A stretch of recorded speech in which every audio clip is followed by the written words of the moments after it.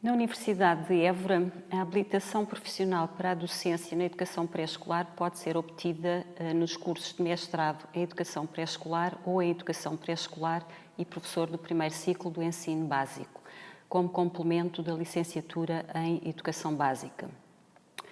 Estes mestrados visam a formação de profissionais com competências no domínio científico e praxeológico para intervir na ecologia da infância e com uma atitude investigativa capaz de contribuir para a inovação no campo do conhecimento pedagógico e da prática educativa.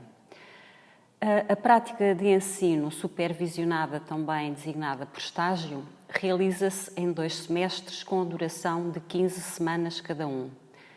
O mestrado em educação pré-escolar acontece no 2º e 3º semestres, primeiro em creche e depois em jardim de infância, e no mestrado em educação pré-escolar e primeiro ciclo do ensino básico decorre no 3º e 4º semestres, primeiro no primeiro ciclo e depois no jardim de infância. Em ambos os cursos, a PES é precedida pela observação não participante de contextos visando um contacto mais próximo com a realidade, constituindo um instrumento de mediação da aprendizagem profissional nas práticas. A prática de ensino supervisionada está organizada do seguinte modo. Os estudantes realizam a PES individualmente, numa sala de creche ou jardim de infância. Na distribuição dos estudantes, as suas preferências são tidas em conta e satisfeitas sempre que possível.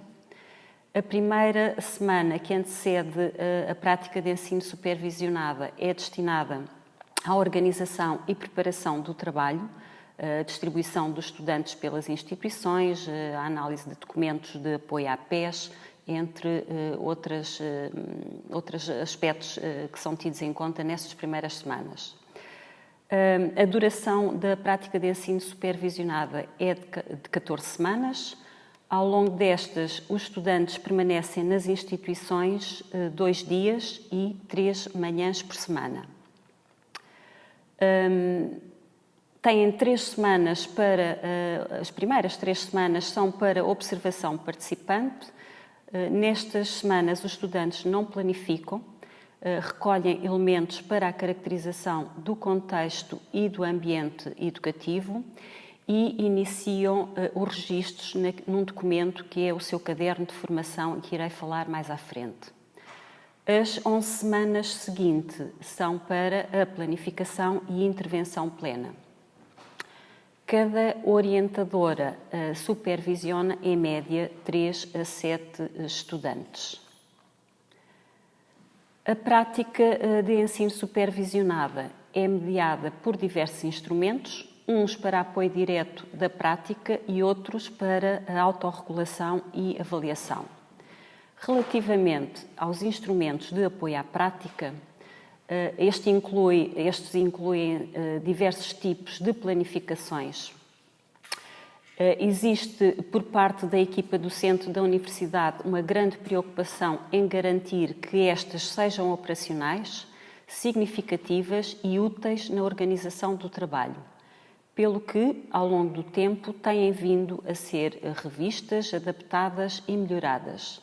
Atualmente, os instrumentos usados na prática de ensino supervisionado em jardim de infância são os seguintes.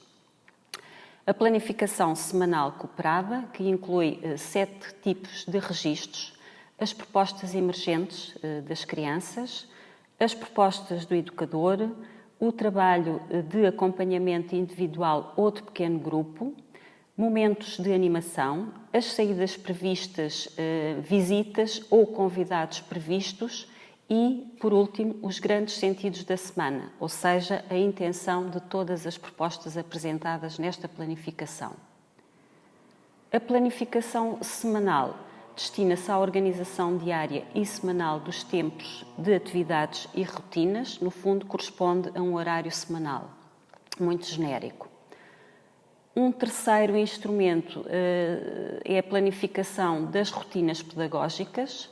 Estas são planificadas no espaço e no tempo, com a organização dos participantes, com explicitação da intencionalidade educativa, introduzindo, sempre que necessário, alterações que potenciem novas aprendizagens. Temos ainda a planificação diária, que contém as propostas educativas organizadas no espaço e no tempo, a organização dos participantes, a explicitação da intencionalidade educativa dessas propostas, designadamente os objetivos de aprendizagem, incluindo os respectivos conteúdos curriculares e os indicadores de avaliação. Relativamente aos instrumentos de autorregulação e avaliação, temos também vários. O guião de avaliação da prática de ensino supervisionada, que é elaborado de acordo com os perfis gerais e específicos de desempenho do educador de infância e dos professores dos ensinos básico e secundário, expressos no Decreto-Lei 240 de 2001 e Decreto-Lei 241 de 2001. Este instrumento está organizado nas 4 dimensões do perfil, operacionalizadas em diversos indicadores de desempenho. A dimensão profissional, social e ética, a dimensão de desenvolvimento do ensino e da aprendizagem, a dimensão da participação na escola e de relação com a comunidade, a dimensão de desenvolvimento profissional ao longo da vida, e este guião tem, sobretudo, uma função formativa e reguladora, devendo, por isso, ser frequentemente usado pelos estudantes. Temos depois o guião do dossiê da prática de ensino supervisionada, que visa auxiliar os estudantes na organização do dossiê que têm de entregar no final do seu estágio. E este guião inclui 7 pontos que se encontram explicitados com detalhe. Passo a descrever de uma forma sucinta cada um desses 7 pontos. O primeiro corresponde à caracterização da instituição, o segundo à concepção da ação educativa, onde se inclui a caracterização do grupo, a identificação de interesses e necessidades, experiências e competências das crianças nas diferentes áreas de conteúdo, os fundamentos da ação educativa, a organização do cenário educativo, a organização do tempo, rotinas diárias e semanais, a organização do planeamento e da avaliação, as interações com a família e comunidade e o trabalho de equipa da sala. O terceiro ponto corresponde ao caderno de formação e aqui os estudantes terão que fazer uma seleção criteriosa das reflexões semanais que constituem este caderno de formação. O quarto ponto são as planificações e também aqui terão que fazer novamente uma seleção criteriosa de algumas das planificações que considerem mais representativas do seu trabalho. O quinto ponto é o trabalho de projeto. Todos os estudantes têm que realizar durante a prática de ensino supervisionada pelo menos um projeto que é desenvolvido com o grupo de acordo com a metodologia de projeto e neste quinto ponto fazem então uma explicitação de todo esse trabalho de projeto desenvolvido. O sexto ponto corresponde à dimensão investigativa da prática de ensino supervisionada, sendo suportada na utilização de dispositivos de recolha e análise de dados, com vista ao aprofundamento de algumas dimensões do processo educativo. O sétimo e último ponto do guião do relatório é a reflexão e avaliação final, que deve ser feita a partir do guião de avaliação da prática de ensino supervisionada, com uma identificação das principais aprendizagens e dos desafios para o futuro. Durante a prática de ensino supervisionada, os estudantes devem assumir uma atitude investigativa, pelo que são incentivados a usar diversos instrumentos que permitam regular a sua ação, designadamente as escalas ECARS, ITERS, os perfis de implementação de modelos pedagógicos, por exemplo, o PIP no modelo LikeScope, o perfil de implementação do movimento da escola moderna. Também podem utilizar o manual Desenvolvendo a Qualidade em Parceria, entre outros. Por vezes, estes são recomendados pelo supervisor da dimensão investigativa, que é também o orientador do relatório final da prática de ensino supervisionada. O caderno de formação é outro dos instrumentos de regulação da prática de ensino supervisionada. Contém produção escrita produzida pelos estudantes ao longo do seu estágio. Estes registros têm início no primeiro dia em que o estudante começa a fazer a observação participante, assumindo-se como um instrumento de formação e auto- e heterorregulação que contempla as dimensões descritiva, reflexiva e projetiva da ação educativa. Estes registros partem da dimensão descritiva, que encerra um conjunto de relatos de situações vividas ao longo do dia, expressas sob a forma de notas de campo, para a dimensão reflexiva, na qual o estudante atribui significado ao que descreveu, realçando aspectos relevantes que relaciona com elementos teóricos e praxeológicos. Esta reflexão constitui a base para projetar a sua ação futura e irá ser partilhada com os supervisores da prática de ensino supervisionada. A ficha de avaliação da prática de ensino supervisionada é um instrumento de balanço do trabalho realizado pelo estudante, sendo preenchida individualmente no final do estágio por cada um dos intervenientes, ou seja, pelo estudante, pelo supervisor da instituição cooperante e pelo supervisor da universidade. Este documento contempla 5 campos para registros descritivos, um para cada uma das dimensões do perfil de desempenho e um campo para a apreciação global do desempenho do estudante. Inclui ainda a proposta de classificação quantitativa para cada uma das dimensões do perfil e a classificação final. Esta ficha serve de base para a reflexão que ocorre na reunião de avaliação, que se realiza após a entrega do dossiê da prática de ensino supervisionada. Nesta reunião estão presentes os 3 intervenientes, portanto, o estudante, o supervisor da universidade e o supervisor cooperante, e ainda um 4º elemento, que também é docente da universidade e que integra a equipa de supervisores da PES.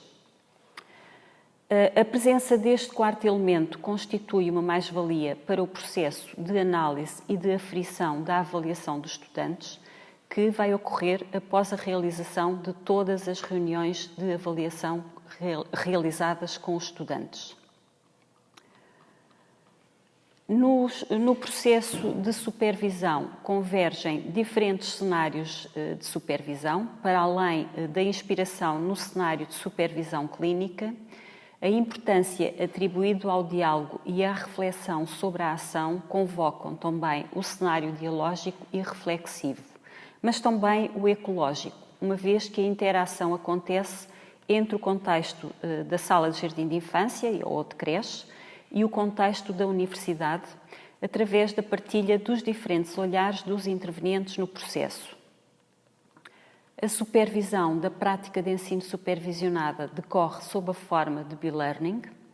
A supervisão à distância, com recurso ao e-mail, acontece na partilha diária e semanal de instrumentos, planificações e reflexões entre o estudante e os supervisores, cooperante e da universidade, que comentam e devolvem os instrumentos aos estudantes. Trata-se de um processo de mediação através da escrita. Os comentários assumem a forma de feedback descritivo e questionador, que promove a reflexão e a construção de significados e novos sentidos para a ação num processo dialógico sustentado na reflexão partilhada. É certo que para os estudantes a escrita não surge como uma necessidade imediata. No início do estágio é percebida como mais uma tarefa que têm de cumprir em ciclos de planeamento, reflexão, ação, avaliação, mas que ao longo do tempo se vão apropriando e assumindo como estratégia de autorregulação promotora do seu desenvolvimento profissional. A supervisão presencial do trabalho dos estudantes na PES é realizada pelo educador cooperante, que acolhe o estudante na sua sala e que acompanha diariamente o trabalho com observação direta e análise de práticas. E, pelo supervisor da universidade, que faz em média, 2 a 3 observações por prática de ensino supervisionada, portanto, por estudante, as quais são sempre seguidas de um encontro de pós-observação em que estão novamente presentes os 3 intervenientes no processo. Este encontro para a reflexão partilhada promove a aproximação de significados comuns sobre a prática observada, mas também sobre o planeamento, contribuindo para a reconstrução da ação. A reflexão parte dos registros escritos dos supervisores ou das suas considerações e reflexões sobre o que observaram. Estes são momentos de feedback construtivo e de questionamento indutor da reflexão, levando os estudantes a pensar e a verbalizar o seu pensamento. A dimensão investigativa da prática de ensino supervisionada visa o desenvolvimento de atitude investigativa capaz de contribuir para a inovação no campo do conhecimento pedagógico e da prática educativa. Depois de conhecerem o contexto onde vão realizar a prática de ensino supervisionada, os estudantes escolhem uma temática para ser objeto de reflexão, análise e intervenção mais aprofundada e que será apresentada no relatório discutido em provas públicas. O supervisor da dimensão investigativa é o orientador do relatório final da prática de ensino supervisionada, que será sujeito à defesa pública, sendo escolhido pelo estudante em função da temática. Em alguns casos, pode ser o mesmo docente que supervisiona a prática de ensino supervisionada. A supervisão da dimensão investigativa, do modo geral, ocorre em simultâneo com a supervisão do estágio, de acordo com o plano de trabalho e investigação estabelecido entre o estudante e o orientador, ou o supervisor. Esta dimensão está integrada na ação educativa e suporta-se na utilização de dispositivos de recolha e análise de dados, com vista ao aprofundar de algumas dimensões do processo educativo. A dimensão investigativa pode assumir diversas modalidades: investigação-ação, investigação sobre a prática, abordagens biográficas, procurando sempre uma estreita sinergia entre o processo investigativo e o processo formativo em contexto da prática de ensino supervisionada. Os dados recolhidos pelos estudantes incluem naturalmente as suas produções escritas durante a PES, por exemplo, as notas de campo e reflexões do caderno de formação, as planificações diárias e semanais. Incluem ainda registros audiovisuais e produções das crianças. Também pode incluir a escuta dos intervenientes na prática de ensino supervisionada, através de entrevistas ou questionários realizadas a crianças, às famílias ou aos profissionais que trabalham na instituição, ou ainda, de acordo com a relevância para a temática em análise, podem ser utilizados diversos instrumentos que permitam regular a sua ação, designadamente as escalas ECARS, ITERS, os perfis de implementação de modelos pedagógicos, o manual de EQP, entre outros. Para além desta prática de ensino supervisionada, existem os seminários de acompanhamento a esta prática, que têm a duração de 15 semanas, com uma carga horária de 4 horas semanais e vão cumprir diversas finalidades. Os seminários iniciais servem para organizar e planear o trabalho, discutir e analisar os instrumentos de planeamento e de regulação da prática, e estes são frequentemente alargados à participação dos educadores cooperantes. Os seminários seguintes servem de apoio e acompanhamento do trabalho dos estudantes na prática de ensino supervisionada, com partilha de experiências entre estudantes, por exemplo, dos projetos em curso na sala, de situações críticas, da dimensão investigativa, entre outros.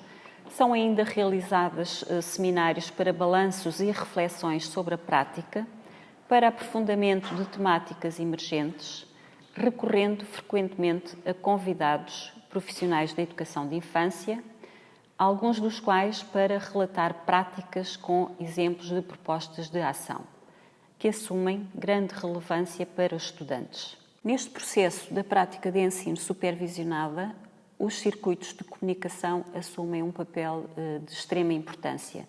Eles acontecem quer no contexto da universidade, quer no contexto de creche e de jardim de infância, onde os estudantes realizam a sua prática de ensino supervisionada. No contexto da universidade, estes circuitos assumem sobretudo três formas.